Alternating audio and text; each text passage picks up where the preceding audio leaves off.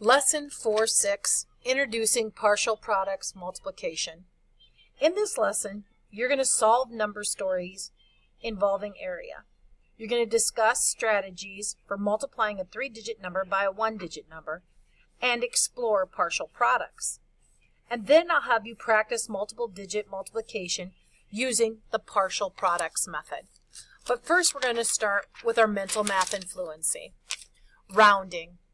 The number is 8,468, but it's asking you to round to the thousands place. You should underline the thousands place, look at the number to its right so you know if you're going to leave the number 8 alone or if you're going to round up. 4 on down is telling you to leave 8 alone, so you would write the number 8 down. Every number after that place value that you rounded to becomes a 0. So when rounding 8,468 to the nearest thousands, you would round to 8,000. Next, it's asking you to round to the hundreds place. We start out the same way. We underline the hundreds place. We draw a line from the number to its left to that number. 5 on up tells me to round that place value up 1 place. Every number after that becomes a 0. But we can't forget to take the initial 8 and bring it down to complete that number. So when rounding 8,468 to the nearest 100, we come up with 8,500. And finally, it is asking us to round to the tens place. So like we did previously, you would underline the tens place, draw an arrow because the number to its right tells me what to do with that 6. Again, 5 on up tells me to move that number up 1 place. So I move it up to a 7. The numbers after it become a 0, but we can't forget to put the 2 numbers before it down. So in rounding to the tens place, 8,468 should round to 8,470. Underlining the place value that it's asking you to round it to really helps you if you take the time to underline it and draw those arrows. For this next part, I want you to get out Math Journal and turn it to page 119. If you need to pause the recording now to do that, please do so. Look what it's asking you. It says, Helen wants to paint the sidewalk for her block party. She needs to know the area of the sidewalk so she'll know how much paint to buy. The sidewalk is 5 feet wide and 660 feet long. What is the area of Helen's sidewalk? Then it's asking you to draw a picture to represent Helen's sidewalk. So as we look at this, I drew a representation of Helen's sidewalk. And in the partial products multiplication method, you split it into place value. So the number 660 was split into hundreds and then split into tens. Underneath it, you see that I drew the boxes. I cut it in half because I only have hundreds and tens. I have zeros in the ones place. When I multiplied 5 times 600, I realized that 5 times 6 was 30. And there were 2 zeros here that I needed to bring down to complete my answer, which was 3,000. Next, I took 5 times the 60. 5 times 6 is 30. And again, I had 1 zero I had to bring down to complete its answer. When I finished this, I had to take my 2 answers, 3,000 and 300, and add them together. And that is how I got my answer of 3,300 square feet. So when looking at this, again, what I did was I put 600 here, and I put 60 here, and I had 0 in the ones place. So as I multiplied, I still came up with the same answer. So partitioning a rectangle is what it is called when you break apart a number to multiply by place value.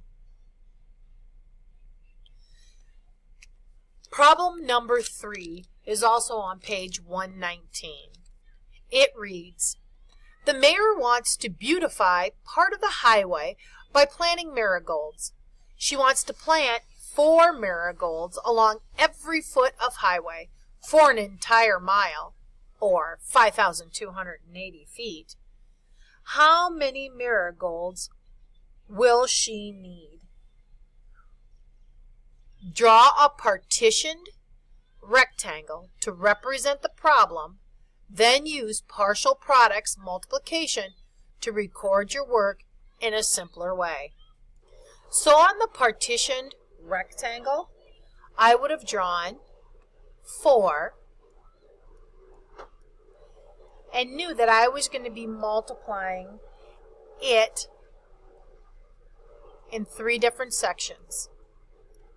First, in the thousands, which was 5,000. Then I was going to multiply 4 to the hundreds place, which is 200. And finally, I'd be multiplying it to the tens place, which is 80. 4 times 5,000. Well, 4 times 5 is 20. And then I need to carry 1, 2, 3 zeros down. So 4 times 5,000 is 20,000. 4 times 200. Well, 4 times 2 is 8. And I need to bring those 2 zeros down. So 4 times 200 is 800. And finally, 4 times 80. 4 times 3 is 32. And I have to bring down the 1 0. This number originally was 5,280. This part is called the partitioned rectangle. My partial products method is telling me that I am going to take the 5,280 and first I'm going to multiply that by 4. So again, 5 times 4 is this answer, the 20,000.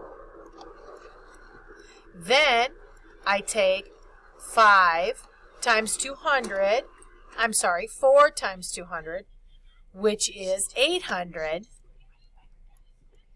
And then finally, the 4 times 80, which was 320.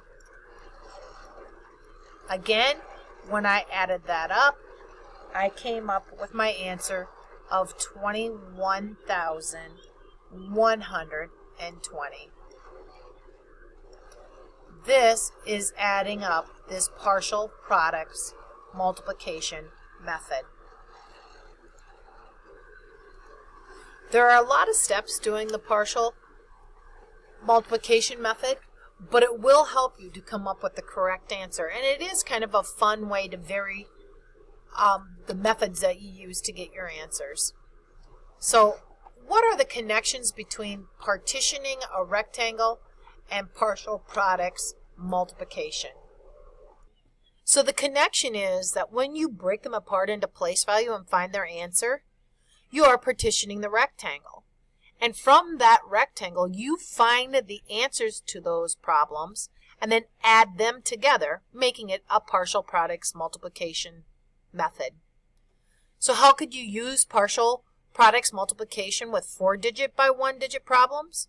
Again, this time you would just break it into 4 partitioned sections and multiply it by the 1-digit number. Not so much different than what you just did.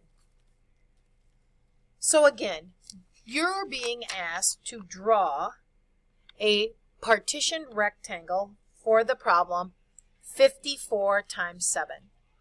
This is in your math journal on page 120, and it is an assessment piece. I will walk you through the first one, And then I would like you to do number 2 completely on your own. First, we're going to do the partitioned rectangle. I would break it in to 2 parts because I have 54. I have 10s and 1s. So I'd split this in 2. I'm multiplying it by the single digit 7. And again, 50 would go above one rectangle and 4 above the other. How do I get this box filled in? I multiply. 7 times 5 is 35. And 7 times 0 is 0. Next, you're doing 7 times 4 is 28. What was my initial number I started with? 54. Now doing partial products. First, I'm going to multiply 7 times the 50. Again, 7 times 50 we discovered was 350. And that's what I did right here. Next, I'm going to do 7 times 4, which is 28.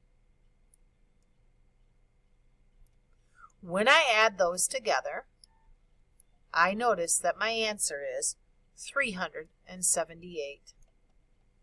The next step for you is to do problem 2. Please first do the partitioned section and then do the partial products multiplication.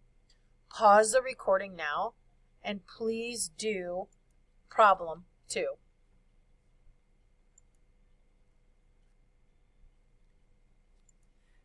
The next step is for you to cut apart multiplication match cards. You're going to need a scissors. Just cut the cards apart on the multiplication match cards 1 and 2 and match each partition rectangle card with a partial products card. And then you're going to put them into a Ziploc bag for other students to use. So pause the tape now, get those from the file, and do that please.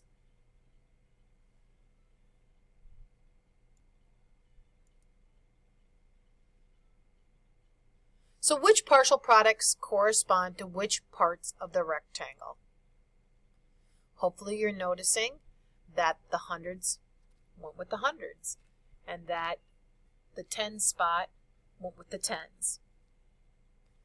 Convert meters into centimeters. This is looking at Math Journal page 122. You should notice that it's asking you to fill in how many centimeters are in 4 meters. So you're simply looking back at how many centimeters were in 1 meter. And then now you're multiplying that by 4 because it's asking for 4 meters. So just as a reminder, there's 100 centimeters in 1. So how many would be in 4? Well, 100 times 4 is 400. Please complete Math Journal page 122 and check your answers up in the Math Journal answer key. Pause the recording now and finish this Math Journal page. This is what your page looks like in your Math Journal. You should be pausing the recording.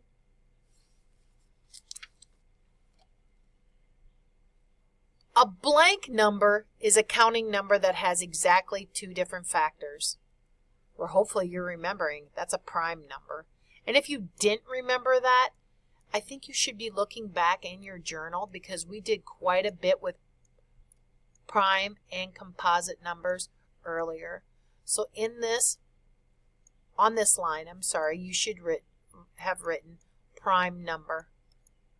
Remember again, its definition is it has exactly 2 different factors. So circle the numbers below that fit the description. So I'm going to give you a hint. 3 only has 2 factors because 1 times 3 is the only way to get 3. Finish Math Journal page 123 and then go to the answer key and correct it. The final thing you are due for this lesson is Math Masters page 162 and Math Journal page 121. Please let me check Math Journal page 121 and the other one before you move on.